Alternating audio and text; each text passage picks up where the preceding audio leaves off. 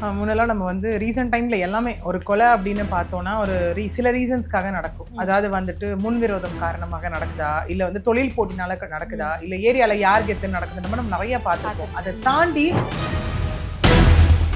அதுவும் டிஜிபி என்னப்பா ஒரு நார்மல் பர்சன்னா ஓகே, போலீஸ்னா எவ்வளோ அலர்ட்டா இருக்கணும், அந்த இடத்துல போலீஸ் அஃபிஷியல்னா எப்பவும் ஒரு சந்தேக கண்ணோட்டத்தை தானே இருப்பாங்க அப்படின்ற மாதிரி ஒன்று. ரெண்டாவது இதில் என்ன சொல்லப்படுது அப்படின்னா, ஸோ இது இப்படியே போயிட்டு இருக்கும்போது இங்கே நிறைய சர்ச்சைகள் சொல்லப்படுது. ஒன்று என்ன அப்படின்னா, சொத்து பிரச்சனைக்காக நடந்த கொலையாயுது அப்படிங்கிற மாதிரி வருது. அது மட்டும் இல்லாமல் அஃபேர் இருந்தது, அதுவும் இவங்களுக்கு பிடிக்கலன்னு சொல்லப்படுது. இங்கே எல்லாமே இன்ஃபர்மேஷனாக தான் இருக்குது, கன்ஃபர்மேஷனாக எதுவுமே கிடையாது. ஒன்று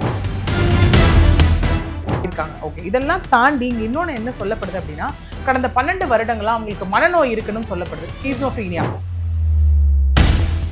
ஏன்னா வயலன்ஸ்ல இப்போ பார்த்தீங்கன்னா டொமஸ்டிக் வயலன்ஸ்ல கைண்ட்ஸ் ஆஃப் வயலன்ஸ் இருக்கு. Physical violence, emotional violence, sexual violence, economical violence, இந்த மாதிரி நிறைய வயலன்சஸ் இருக்கும். பட் அது எல்லாத்துக்கும் தீர்வு ஒரு உயிர் எடுக்கிறது இல்லைல்ல. அப்படி உங்களுக்கு ரொம்ப இல்ல இதுல அப்படி கிடையாது. உங்களுக்கு இமீடியட்டா அக்செப்ட் பண்ண போற ஒரு ஃபேக்டர் இங்க நடக்க போறது கிடையாது. ஏன்னா இப்ப கம்ப்ளைண்ட் என்கொயரின்றது எப்படி போகுதுன்னா, இவங்க இது மென்டலி அஃபெக்டடா இருந்தா அந்த மாதிரின்ற ஒரு விஷயத்தை தாண்டி இது எப்படி ஆகுதுன்னா, அதாவது ஒரு சாடஸ்ட் பிஹேவியர், சைக்கோ ஆட்டிடியூட் தான் இது. FD பாலிடிக்ஸ் நேயர்களுக்கு வணக்கம். இன்னைக்கு நம்ம கூட அட்வொகேட் பிரியதர்ஷினி மேம் தான் இருக்காங்க, அவங்களோட பேசலாம். வணக்கம் மேம். வணக்கம் மேம். எக்ஸ்டிஜிபி ஓம் பிரகாஷ் வந்துட்டு கொல்லப்பட்டிருக்காரு. விசாரணையில அவரோட ஒய்ஃப் தான் அவரை கொன்னிருக்காங்க அப்படின்றது தெரிய வந்திருக்கு. ஸோ அந்த கேஸ் பத்தி சொல்லுங்க மேம். முன்னெல்லாம் நம்ம வந்து ரீசன்ட் டைம்ல எல்லாமே ஒரு கொலை அப்படின்னு பார்த்தோம்னா ஒரு சில ரீசன்ஸ்க்காக நடக்கும். அதாவது வந்துட்டு முன்விரோதம் காரணமாக நடக்குதா, இல்ல வந்து தொழில் போட்டினால நடக்குதா, இல்ல ஏரியால யார் கெத்து நடக்குது, நம்ம நிறைய பார்த்துருக்கோம். அதை தாண்டி ஹஸ்பண்ட் ஒய்ஃப்குள்ளே முன்ன வந்து பிடிக்கலையா, சகிச்சுட்டு வாழ்ந்துட்டு போகலான்ற ஒரு விஷயம் இருந்தது. அதை தாண்டி டிவோர்ஸ் கொடுத்துட்டு போகலான்ற ஒரு விஷயம் இருந்தது. அதை தாண்டி இப்போ எப்படி ஆயிடுச்சு அப்படின்னா, எனக்கு இல்லைன்னா யாருக்கும் இருக்கக்கூடாது, நானே கொலை பண்ணிடுவேன், நானே முடிச்சிருவேன். இது எப்படி ஆயிடுதுன்னா ஒரு சாடஸ்ட் ஆட்டிடியூட் மாதிரி ஆயிடுது. அப்போதான் எனக்கு வந்து ஒரு ரத்தத்தை பார்த்தா தான் என் வெறி அடங்கும் அப்படிங்கிற மாதிரி ஆயிடுது. அதுக்கான நிறைய எக்ஸாம்பிளான கேசஸ் வந்து நம்ம ரீசெண்ட் டைம்ல பார்த்தா நிறைய கேசஸ்னே நம்ம சொல்லலாம். அதாவது நீலகிரியில் நடந்த ஒரு கேஸ், ஹஸ்பண்ட் மூஞ்சில திணற ஊற்றி கொளுத்தின ஒரு கேஸா இருக்கட்டும், இல்லைனா தன்னுடைய ஒய்ஃப் மேல சந்தேகப்பட்டு இன்செக்யூரிட்டி ஃபீலும் பெரிய ஃபீலா இருக்கு. ஒய்ஃப் மேல வந்துட்டு ஒய்ஃப் வந்து ஹஸ்பண்ட் மேல வந்து ஃபேஸ்ல திணற ஊற்றி கொளுத்துனது நீலகிரியில. அதே மாதிரி ஹஸ்பண்ட் வந்து ஒய்ஃப் மேல சந்தேகப்பட்டு அந்த இடத்துல 4 வயசு தன்னுடைய பையனை ஸ்கூல்ல விட்டு வெளில வரும்போது குத்தி அவங்க இறந்துட்டாங்களான்னு பாக்குற அளவுக்கு குத்துனது மேலே குத்தி ஒரு 8 குத்தி அதுக்கப்புறம் வந்து ஒரு விஷயமா இருக்கட்டும், இல்ல நெய்வேலி கிட்ட தாய் தன்னுடைய 3 குழந்தைகளை வந்து வெட்டிட்டு அதுல வந்து இறந்தே போயிட்டாங்க. சில பேர் இறந்து போயிட்ட அப்புறம் பின்னாடி கிணத்துக்கிட்ட போயிட்டு அவர் சந்தேகம் வரக்கூடாதுன்றதுக்காக அவரை வெட்டிக்கிட்ட விஷயமா இருக்கட்டும். இந்த மாதிரி நிறைய நம்ம ரீசெண்ட் டைம்ல பார்க்கிறோம். அதே மாதிரி ஒரு கேஸ் தான் வந்துட்டு இப்போ இதுலயும் இந்த மாதிரி கேஸ் வந்து நம்மளால பார்க்க முடியுது ஆக்சுவலி. அதுவும் டிஜிபி என்னப்பா ஒரு நார்மல் பர்சன்னா ஓகே, போலீஸ்னா எவ்வளோ அலர்ட்டா இருக்கணும், அந்த இடத்துல போலீஸ் அஃபிஷியல்னா எப்பவும் ஒரு சந்தேக கண்ணோட்டத்தை தானே இருப்பாங்க அப்படின்ற மாதிரி ஒன்று. ரெண்டாவது இதுல என்ன சொல்லப்படுது அப்படின்னா, அவங்க ஒய்ஃப் வந்துட்டு ஒரு விஷயம் எனக்கு என்ன பயமா இருக்கு அப்படின்னா, அவர் எப்பவுமே துப்பாக்கியோட சுத்திட்டு இருப்பாரு அந்த இடத்துல, அதுதான் எனக்கு பயமா இருக்குன்னு அவங்க சொன்னதா சொல்லப்படுது. அப்படி துப்பாக்கியோட சுத்திட்டு இருந்தவர் இவங்க கத்தி எடுத்து கொடுத்த போகும்போது சுற்றுக்கணும்ல, லாஜிக் மிஸ் ஆகிற மாதிரி தானே இருக்கு நிறைய இந்த இடத்துல. நமக்கு காமனா பார்த்தாலே அசலேமேனா நம்ம யோசிச்சாலே சரி, யார் இவர் என்ன அப்படின்னு பார்த்தோன்னா, ஓம் பிரகாஷ் அப்படிங்கிறவர் எக்ஸ் டிஜிபி ஆஃப் கர்நாடகா, 68 வயசு இவருக்கு. இவர் வந்து பாத்தீங்க அப்படின்னா சம்பரன் அப்படிங்கிற டிஸ்ட்ரிக்ட், பீகார்ல இருக்க டிஸ்ட்ரிக்ட் பிப்ராசி அப்படிங்கிற வில்லேஜ்ல தான் பிறந்தாரு. 1981ல ஐபிஎஸ் ஆகி தன்னுடைய ஒரு ஒர்க்கை ஸ்டார்ட் பண்றாரு. ஸ்டார்ட் ஆகி கர்நாடகாவோட 38வது டிஜிபியா இவர் இருந்தார். அதாவது 2015 வரைக்கும் அசிஸ்டன்ட் கமிஷனரா இருக்காரு. 15 to 17 வந்து இவர் டிஜிபியா இருக்காரு. அதுக்கப்புறம் ரிட்டையர் ஆகிறாரு. ரிட்டையர் ஆனதுக்கு அப்புறம் என்ன ஆகுது அப்படின்னா, HSR லே அவுட் பெங்களூர்ல அங்க ஒரு வீடு கட்டி அந்த வீட்டுல தான் வாழ்ந்துட்டு வராங்க. இவரும் அவருடைய மனைவி பல்லவியும் கிரவுண்ட் ஃப்ளோர்லயும், இவரோட பொண்ணு கிருத்திக் வந்து கல்யாணம் பண்ணி கொடுத்துட்டாங்க. பொண்ணு வந்து கார்த்திகேஷ், பொண்ணு கிருத்திக் வந்து கல்யாணம் பண்ணி கொடுத்துட்டாங்க. பையன் கார்த்திகேஷ், அவரும் கல்யாணம் ஆகி ஃபர்ஸ்ட் அண்ட் செகண்ட் ஃப்ளோரா அவங்க யூஸ் பண்ணிட்டு இருக்காங்க.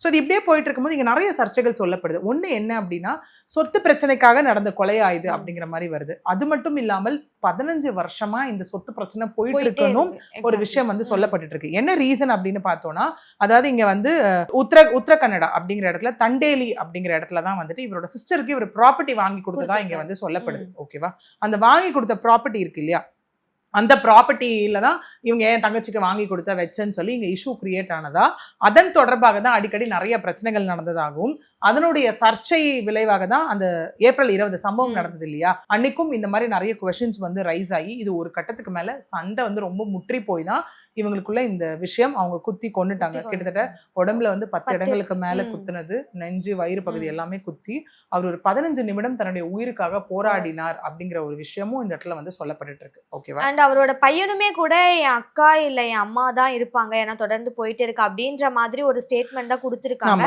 அண்ட் இப்போ அவங்க 2 பேத்தையும் அரெஸ்டும் பண்ணியிருக்காங்க. இதுல எல்லாருக்கும் வர டவுட் என்ன அப்படின்னா, அவங்க சொன்னபடி பார்த்தா அவங்க கொலை செஞ்சதுக்கு அப்புறமேட்டு கால் பண்ணி இன்னொரு ஆபீசரோட ஒய்ஃப் கிட்ட பேசியிருக்காங்க இத பத்தி. ஆனா அவங்கள பத்தின டீடைல்ஸ் எதுவுமே வெளியே வரலையே மேம். இல்ல நிறைய சர்ச்சைகள் இதுல வந்து இது ஒண்ணு சொத்து பிரச்சனை ஒண்ணு சொல்லப்படுது. இன்னொன்னு என்ன சொல்லப்படுது அப்படின்னா, மங்களூரை சார்ந்த ஒரு பெண்ணுடன் அவருக்கு வந்து அஃபேர் இருந்தது, அதுவும் இவங்களுக்கு பிடிக்கலன்னு சொல்லப்படுது. இங்க எல்லாமே இன்ஃபர்மேஷனா தான் இருக்கு, கன்ஃபர்மேஷனா எதுவுமே கிடையாது. ஒண்ணு.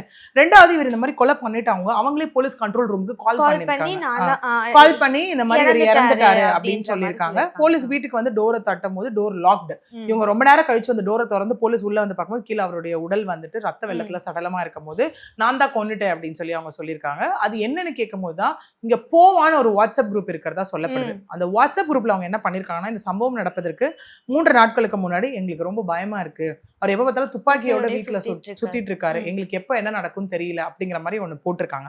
போட்டுட்டு இறந்ததுக்கு அப்புறம் தன்னுடைய சக ஐபிஎஸ் ஆபீசரோட மனைவிக்கு கால் பண்ணி நான் அரக்கனை கொன்று விட்டேன், அதாவது ஐ கில்ட் தி மான்ஸ்டர், ஓகே, அப்படிங்கிற மாதிரி ஒரு விஷயம் வந்து அவங்க சொல்லியிருக்காங்க. ஓகே, இதெல்லாம் தாண்டி இங்க இன்னொன்னு என்ன சொல்லப்படுது அப்படின்னா, கடந்த 12 வருடங்களா அவங்களுக்கு மனநோய் இருக்குன்னு சொல்லப்படுது, ஸ்கிசோஃப்ரீனியா மனநோய் இருக்கு, அதனுடைய தாக்கம்னு சொல்லப்படுது. அப்புறம் அவங்களோட பையன் கார்த்திகேஷ்ட விசாரிக்கும் போதுதான் இல்ல கிருத்தி, அதாவது சிஸ்டரும் அம்மாவும் இதை பண்ணிருக்கலாம் கண்டிப்பா, ஏன்னா அவங்க அந்த மாதிரி மனநிலையில தான் அவங்க இருந்தாங்க அப்படிங்கிற மாதிரி ஒரு விஷயமும் இங்க வந்து சொல்லப்படுது. இங்க என்னன்னா, நிஜமாவே வைஃப் மனநல பாதிக்கப்பட்டவங்களா, பட்ட மற்ற விஷயத்தை எப்படி அவங்க சரியா செய்ய முடியும், வெதர் மென்டல் அன்ஃபிட் ஒரு விஷயம் வந்து can be taken as an எக்ஸம்ஷனா அப்படின்னு பார்த்தோம்னா, அது வந்து again test has to like give answer for that. Okay, அங்க வந்து அவங்க டெஸ்ட் எடுக்கப்படும். அது வந்துட்டு மென்டல் ஃபிட்னஸ் டெஸ்டா இருக்கலாம், இல்ல உண்மை தன்மை அறியும் பாலிகிராஃப் டெஸ்டா இருக்கலாம். அது வந்து உண்மையை மறைக்கிறவங்க தான், இவங்க உண்மையை புரிஞ்சு சொல்லிடுறாங்களே, கன்ஃபெஷன் ஸ்டேட்மெண்ட் கொடுத்துட்டாங்கல்ல, நாங்க தான் கொலை பண்ணோம் அப்படின்னு சொல்லி கொடுத்துட்டாங்கல்ல. ஏன்னா இதுல மர்டர் இருக்கு, தென் வந்து கிரிமினல் கான்ஸ்பிரசி, சதி திட்டம் 103 செக்ஷன், அந்த செக்ஷன்ஸ் எல்லாம் இருக்கும்போது கண்டிப்பா மேக்ஸிமம் பனிஷ்மெண்ட் தான் கிடைக்கும்.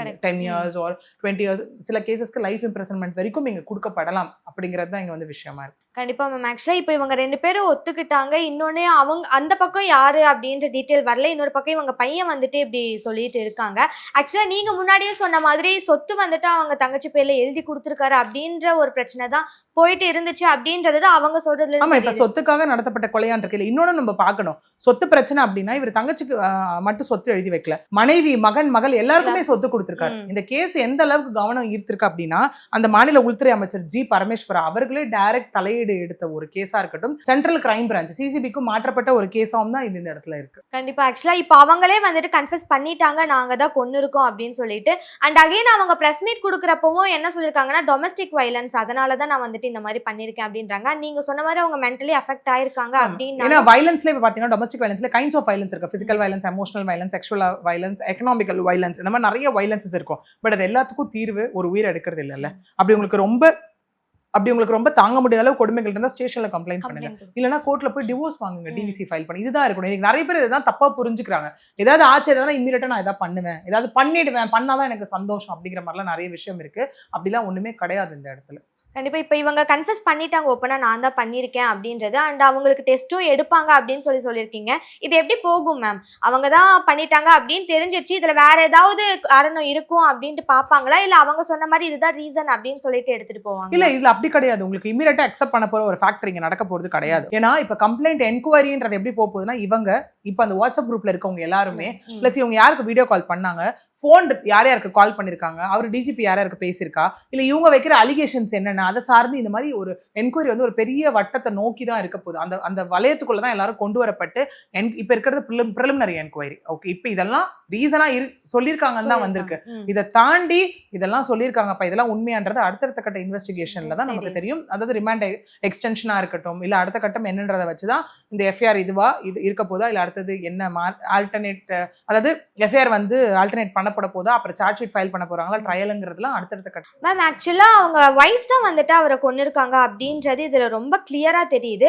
ஆனா அவங்கள அரெஸ்ட் பண்ணி கூட்டிட்டு போற வீடியோ ரிலீஸ் ஆனதா இருக்கட்டும், அதுல எதுலையுமே அவங்க வந்துட்டு நம்ம ஒரு மர்டர் பண்ணிருக்கோம் அப்படின்ற ஒரு பதட்டம் கொஞ்சம் கூட தெரியல. நீங்க முன்னாடியே சொன்ன மாதிரி அவங்க மென்டலா அஃபெக்ட் ஆயிருக்காங்க அப்படின்னாலும் ஒரு மர்டர் பண்ணிருக்காங்க, அதுவும் அவரோட ஹஸ்பண்டையே கொன்னிருக்காங்கன்னா ஏதோ ஒரு சில இடத்துலயாவது இருக்கணும். ஆனா அவங்க ரொம்ப நார்மலா ஏதோ போயிட்டு வர மாதிரி போயிட்டு இருந்திருக்காங்க. சோ அதை பத்தி சொல்லுங்க. இது ஆப்வியஸ்லி மென்டலி அஃபெக்டடா இருந்தாலும் அந்த மாதிரின்ற ஒரு விஷயத்தை தாண்டி இது எப்படி ஆகுதுன்னா அதாவது ஒரு சாடஸ்ட் பிஹேவியர் சைக்கோ ஆட்டிடியூட் தான் இது. நான் நினைச்சதை நான் பண்ணிட்டேன் அப்படிங்கிற அதுக்கு ரீசெண்டான எக்ஸாம்பிள் நம்ம பார்த்தோம் அப்படின்னா ஹஸ்பண்டையே கொண்டுட்டு அந்த வந்துட்டு இதுல ட்ரம்ல போட்டுட்டு பேரல்ல போட்டுட்டு உள்ள வந்து சிமெண்ட்லாம் ஊத்தி வச்ச ஒரு விஷயமா இருக்கட்டும், கொஞ்சம் கூட பதட்டம் கிடையாது. விச் மீன்ஸ் நான் நினைச்சதை நான் முடிச்சிட்டேன் இந்த இடத்துல, அவ்வளவுதானே தவிர்த்து அந்த இடத்துல ஒரு கில்ட் ஃபீலோ ஒரு பதட்டமோ இந்த காலத்துல வந்து இந்த மாதிரி நடக்கிற விஷயத்த நம்ம யார் முகத்துலயுமே பார்க்க முடியல. ஏன்னா இது அவுட் ஆஃப் ஒரு கோவப்பட்டோ அவுட் ஆஃப் சடன் ப்ரொவகேஷனோ இல்ல எதுக்கோ பண்ண ஒரு விஷயம் கிடையாது. பக்கா வெல் பிளான்ட் அண்ட் எக்ஸிக்யூட்டட். ஏன்னா இது நம்ம சொல்லுவோம், ஏன்னா ஒரு கிரைம் நடக்குதுன்னா அது வெலாசிட்டி எப்படி இது வந்து கொண்டு வரப்படும்னா motive, intention, preparation and execution நம்ம சொல்லப்படும். இது நாலுமே இங்க இருக்குல்ல. அப்ப அவங்க எல்லாமே வெல் பிளான்டா பண்ணும்போது which means மென்டலியும் அவங்க அதுக்கு ப்ரிப்பேர் ஆயிட்டாங்கன்றது தான் அர்த்தம். எக்ஸாக்ட்லி. அண்ட் எல்லாரும் சொல்றது என்னன்னா அவரு மூஞ்சில வந்துட்டு மிளகாப்பொடி போட்டு பாட்டிலால வந்துட்டு எண்ணெய் பாட்டிலால உடைச்சு இந்த மாதிரிலாம் அவரை ரொம்பவே துன்புறுத்தி தான் அவரை வந்துட்டு அதுக்கப்புறம் தான் குத்தி இருக்காங்க. அண்ட் ஆனா அவங்க சொன்ன ஒரு ஸ்டேட்மெண்ட்ல வந்துட்டு வாக்குவாதம் ரொம்ப போயிட்டு இருந்துச்சு, டக்குன்னு கத்தி எடுத்து குத்திட்டாங்க அப்படின்னு சொல்லியிருக்காங்க. ஸோ இதுல எது மேம் நம்புறது எப்படி? உங்களுக்கு அதான் சொன்ன பிரிலிமினரி முதற்கட்டமா வரும்போது பல தகவல்கள் இங்க வரும். ஓகே, வரும்போது அது என்னன்றது அடுத்தடுத்த கட்ட நகர்வை நோக்கி போகும்போது தான் எது உண்மை எது பொய் அப்படிங்கிறது இந்த இடத்துல வந்து தெரிய வரும். ஓகே, ஏன்னா வாக்குவாதம்ன்றத மெஜாரிட்டியா எல்லாருமே சொல்ற ஒரு விஷயமா இந்த இடத்துல இருக்கு. இல்ல நிஜமாவே அந்த மிளகா பொடி இல்ல அந்த பாட்டில் அப்படிங்கிற ஒரு விஷயம் வந்து உண்மையா இருக்கும் பட்சத்தில் இது அடுத்தடுத்த கட்ட இன்வெஸ்டிகேஷன்ல வரும். இது எல்லாமே ஸ்டேட்மெண்ட்ல இன்க்ளூட் பண்ணப்படும். அப்பதான் கொலை பண்ணது உண்மை, ஏதோ ஒரு ப்ராப்ளம் இருக்கிறது இருக்கு அப்படிங்கிறது உண்மை, எதனால அப்படிங்கிறது நமக்கு அத கன்ஃபர்மேஷன் அப்பதான் நமக்கு தெரிய வரும். கண்டிப்பா. ஆக்சுவலா இந்த கேஸ் வந்துட்டு அடுத்த கட்ட விசாரணை போனாதான் இதுதான் ரீசனா இல்ல இதுக்கு மேல ஏதாவது ரீசன்? ஏன்னா எப்பவுமே அப்படிதான் ஒரு preliminary investigationல it is too early to say தான் நமக்கு. அப்புறம் போவதான் இதுதாங்க ரீசன் அப்படிங்கறது நம்ம ஸ்டேட்மெண்ட்ல இருந்து அடுத்தது போகும்போது தான் நம்மளால சொல்ல முடியும். ரொம்ப நன்றி மேம். இது ரிலேட்டடா பல தகவல்களை எங்களோட பரிமாறி இருக்கீங்க. ரொம்ப நன்றி.